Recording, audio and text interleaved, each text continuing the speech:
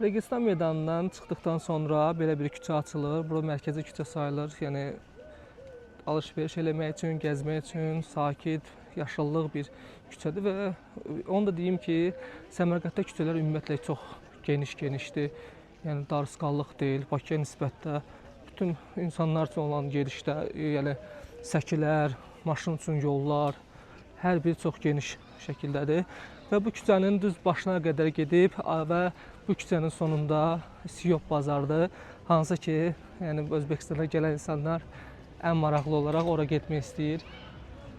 Yol boyu da bu cür maraqlı suvenir dükanlarıdır. Və Siyop bazarında da hava da bu cürdür. Yerli xalalar çox maraqlı geyimlər var.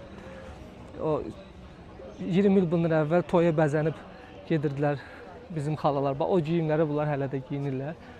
Ya bu cür maraqlı satış yerləri var və bu satış qiymətləri ilə də sizi tanış eləyəcəm. Təxmini qiymətlər deyim ki, çox da baha deyil. Özbəkistan ümumiyyətlə bahalı ölkə sayılmır. Amma yəni çox da ucuz deyil. Bakı ilə nisbətdə az ucuzdur, amma çoxluq ucuzluq təşkil eləmir. Belə küçələri, parkları həddən artıq çoxdur. Yəni o meydandan sol tərəfə də universitet bulvarı var. Hansı ki, bütün universitetlər həmin parkın ətrafında yerləşir. O da çox maraqlıdır.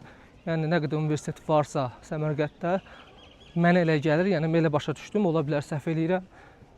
Yəni həmin bulvarın ətrafında yerləşir. Bu cür maraqlı küçədir və küçənin sonunda da Siyop bazarına gedirsən və onun yanında da bir dənə tarixi abidə var. Adını bilmirəm, dəqiqləşdirib deyərəm. Və orada sizi göstərəcəm. Bazara çatdım. Yəni yol bütün bu cürdür da. Yəni gecə də bura maraqlı olur, səhərçi də. Səhər üçün də maraqlıdır. Burada məktəbdir.